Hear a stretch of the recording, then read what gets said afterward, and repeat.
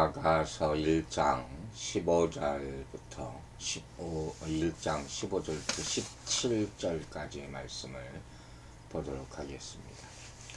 15절입니다. 내 사랑아 너는 어여쁘고 어여쁘다. 내 눈이 비둘기 같구나.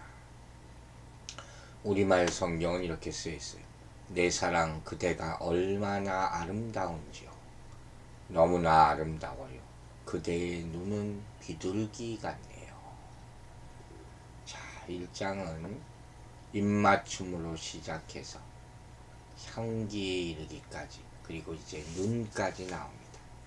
사랑의 표현이 아주 다양하게 나타나는 것을 볼 수가 있죠. 아가서는 사랑의 결정체예요. 우리가 정말 사랑에 푹 빠지면 온갖 표현을 온갖 방법으로 다 할 수 있다는 거죠. 15절에서는 이제 남자가 여자의 아름다움을 칭송하는 그런 모습입니다. 내 사랑아.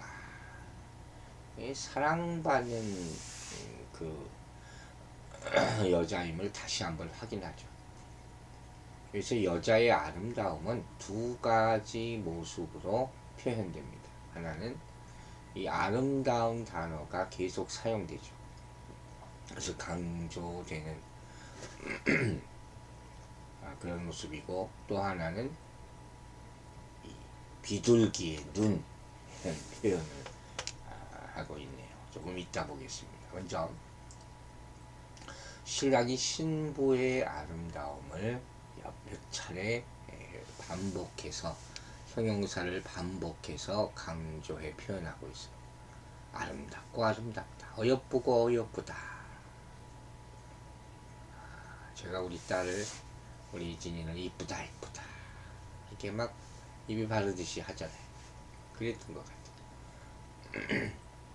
더군다나 지금 이 신랑은 주변 사람들이 신부를 검다 이렇게 표현해도 신랑만큼은 그녀를 아름답고 사랑스럽게 바라본다 이 뜻 아닙니까?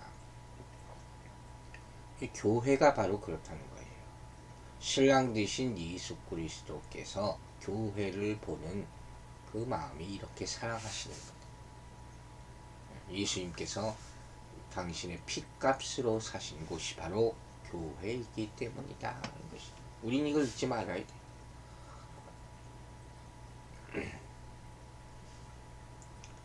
신랑 되신 예수 그리스도께서는 세상이 교회를 욕하면 그래서 자신을 욕한 것으로 간주하시고, 세상이 교회를 핍박하면 자신을 핍박한 것으로 생각하신다고 했어요. 교회가 그분이 전부이기 때문이다 하는 거죠. 그러므로 우리는 예수님께서 내 사랑아 이렇게 부르실 때 그것을 믿고 감사하며 살아야 돼. 예수님 때문에 나는 내 연약함 가운데서도 아름답다 이렇게 확신을 가지고 고백하게 될 때 가장 빠르고 가장 깊이 있게 우리 영성이 자라게 되는 것이, 영적이 되는 것이, 하나님과 교통하게, 하나님의 생각, 하나님의 반응과 내가 일치하게 되는 것이죠. 표현하라는 거예요. 받은 사랑을 느끼기만 하고 표현하지 못하면, 흘러내려가게 하지 못하면 다른 사람에게, 그건 완전한 사랑의 교감이 이루어지지 않는다는 거예요. 또 이 말은 조금 더 깊이 들어가서 보면 내면도 예쁘고 외면도 예쁘다는 거예요. 주님이 우리를 아름답다 하실 때 겉사람, 속사람이 다 아름답다 이런 표현이 될 수도 있어요. 그로 말미암아 우리가 이 말을 믿고 사역의 길을 나아갈 때 기름 부음이 임하게 되는 거죠. 포도원에서 일하는 여인 검잖아요. 햇빛에 그을려서 그 아름답다 하지 않습니까? 그 아가서 1장에 나오는 여인들의 아름다움은 가만히 화장하고 치장하고 있는 여자들을 이쁘다고 하는 게 아니란 말이에요. 그걸 알아야 돼요. 땀 흘리고 양떼를 먹이는 자들을 아름답다 하신다. 이걸 봐야 돼요. 두 번째 아름답다 하는 표현은 어떻게 나와 있습니까? 바로 그의 눈이죠. 눈이 비둘기의 눈에 비유되죠. 당신은 얼굴, 눈, 다 이 천으로 이렇게 가리잖아요. 고대 근동 사람들. 지금도 그렇죠, 그쪽에. 여자들이 아름다운지를 볼 수 있는 유일한 신체 부위가 바로 눈이에요. 근데 이 비유의 대상이 눈의 색깔인지 모양인지 분위기인지 그건 우리가 알 수 없죠. 어쨌든 간에 여자의 아름다움을 결정짓는 부위가 눈이라는 것은 확실하죠. 즉 여기서 내 눈이 비둘기 같구나 하는 말, 이게 참 특별하죠. 이런 말씀을 그냥 지나갈 수가 없지 않습니까? 비둘기의 눈, 여러분 생각해 봤어요? 자세히 보긴 해봤어요? 이게 영적인 의미가 있는 거죠. 아주 깊은 의미죠. 눈이라는 건 뭡니까? 영적인 안목을 얘기하는 거죠. 그죠? 영으로 보라 하는 그 의미예요. 비둘기는 주변 시력이 없어요. 앞만 본다고 합니다. 옆은 못 본다는 거예요. 이건 뭘 의미하겠어요? 나만 보라 하는 거예요.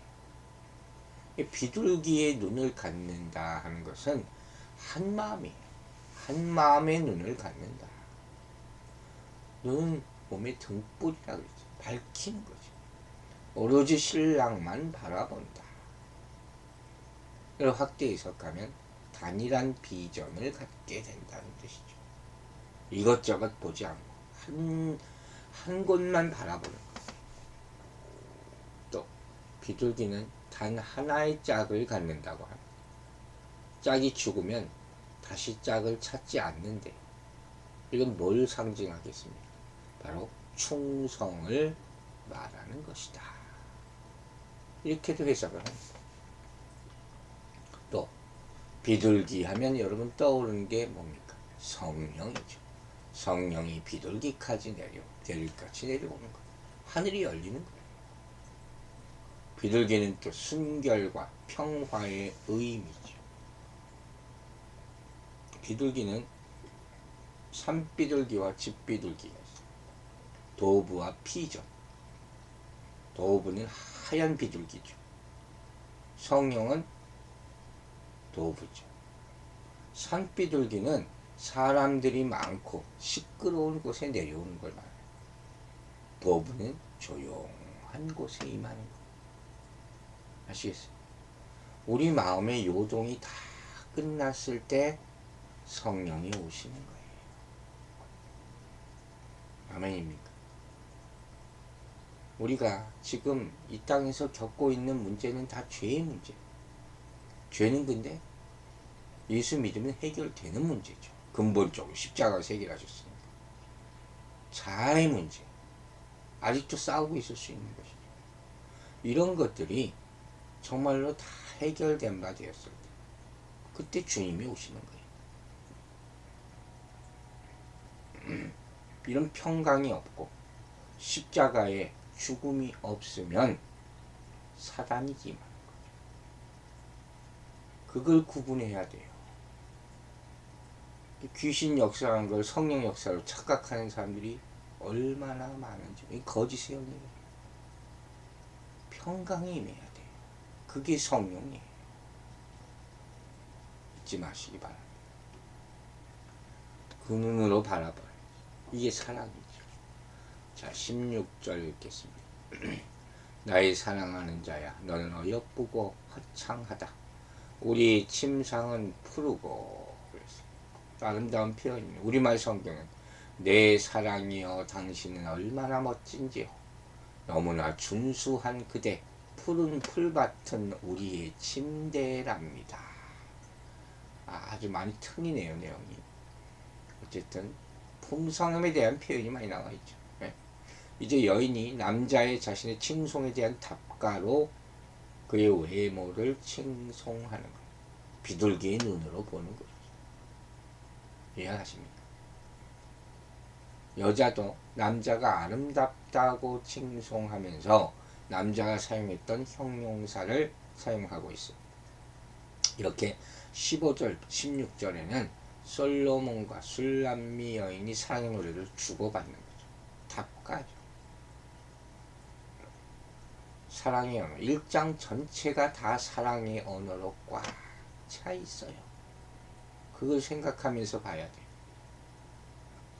누가 그러더라고요. 인간은 말보다 사랑을 먼저 배운다. 아이가 막 태어나면 엄마 아빠가 이렇게 아이를 안고 쳐다보죠. 눈을 맞추죠. 배시시 웃으면 그걸로 너무 좋아하죠. 이게 사랑. 이걸 나누는 거죠. 이와 같이 이 여인은 예수님의 아름다움을 보면 볼수록 그분을 사랑하게 되는 거죠. 하나님과 동행하는 가운데 영적 기쁨을 누리게 되는 것이죠. 이게 진짜 사랑이죠. 그래서 서로 칭송하는 거예요. 예수님은 우리는 예수님. 이런 영적 교제가 노래로 가득 차면 이 찬양이죠. 그죠? 예수님 우리를 칭찬하시면서 사랑한다 말씀하시고 우리는 진심으로 주를 찬양하면서 온 맘 다해 주를 사랑합니다. 고백하는 것. 진정한 대화는 이런 찬양 가운데 나타나는 거예요. 그 은혜가 되는 것이죠. 이런 친밀한 교제가 날마다 끊이지 않게 되기를 주 이름으로 축원합니다. 17절 보겠습니다. 우리 집은 백향목 들목 잣나무 석가래구나. 우리말 성경에는 백향목은 우리 집의 기둥이며 잣나무는 우리 집의 석가래입니다. 이렇게 되죠. 백향목, 잣나무를 많이 들어본 말이죠. 16절 후반에서 우리의 침상은 푸르고 여기서부터 연결해서 보면 될 것 같아요. 그러면 침상, 백향목, 잣나무 이 세 가지가 나오죠. 이 남자의 집에 있는 풍성함을 상징하는 것으로 우리가 볼 수가 있는 거죠. 이처럼 이제 이 여인은 사랑하는 연인과 함께함이 얼마나 기쁘고 즐거운지를 장소에 대한 묘사를 통해서 또 강조하고 있어요. 얼굴을 묘사하고 또 장소를 묘사합니다. 연인과 함께한 침상은 푸르고 함께 거하는 집은 들보가 백향목이고 석가래가 잣나무다. 참 귀한 곳이죠. 하지만 뭐 사랑하는 사람과 함께하면 장소가 무슨 상관이 있습니까? 어떤 곳이든지 그렇게 아름답게 여겨지기 마련이죠. 마찬가지죠. 주님과 함께하는 시간은 많으면 많을수록 좋은 거예요. 우리가 예수 그리스도의 사랑 안에 거하는 것은 그 결과로 삶의 풍부한 쉼과 확신을 가져온다는 사실을 믿으시기 바랍니다. 주님의 침상 안에 우리가 거하게 될 때 하나님의 은혜를 느끼게 되죠. 이것을 통해서 우리는 두 가지 방식으로 쉼과 확신을 얻게 됩니다. 그 첫째는 용서예요. 용서의 쉼. 우린 예수님 안에서 값없는 선물로 용서, 은혜를 받았죠. 그 확신을 경험하게 되는 거예요. 십자가예요. 십자가를 통한 용서. 이것을 믿을 때 온전한 쉼을 얻게 된다는 것이죠. 또 한 가지 쉼은 친밀함의 쉼이에요. 우리가 하나님과의 친밀함을 추구할 때 이것을 느끼게 된다는 거예요. 정말 이 친밀함이라는 게 중요하죠. 우리 삶의 최상의 목적이라고 할 수 있는 것이 바로 하나님과 가까이 하는 거죠. 우리가 하나님과 친밀함을 정말로 체험하게 될 때 하나님의 지혜를 얻게 됩니다. 어거스틴이 이런 말을 했어요. 사람은 하나님 안에서 안식을 찾기까지 쉴 수 없다. 이 땅에서의 진정한 쉼은 없다. 없다 하는 거예요.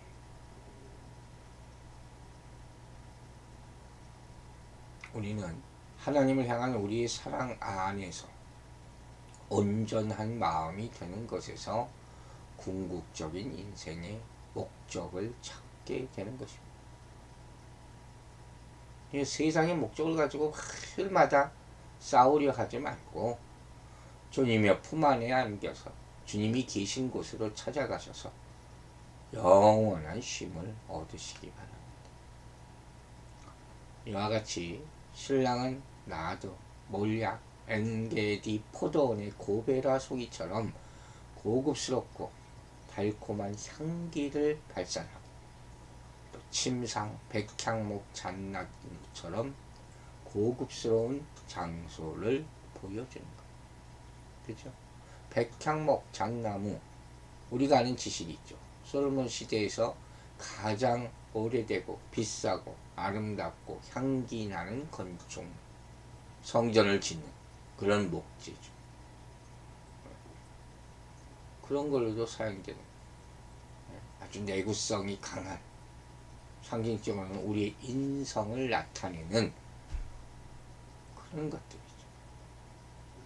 그래서 이와 같이 신랑의 향기를 맡고 신랑의 배려와 사랑을 다 체험한 신부는 신랑을 떠날 수가 없게 되는 것이죠.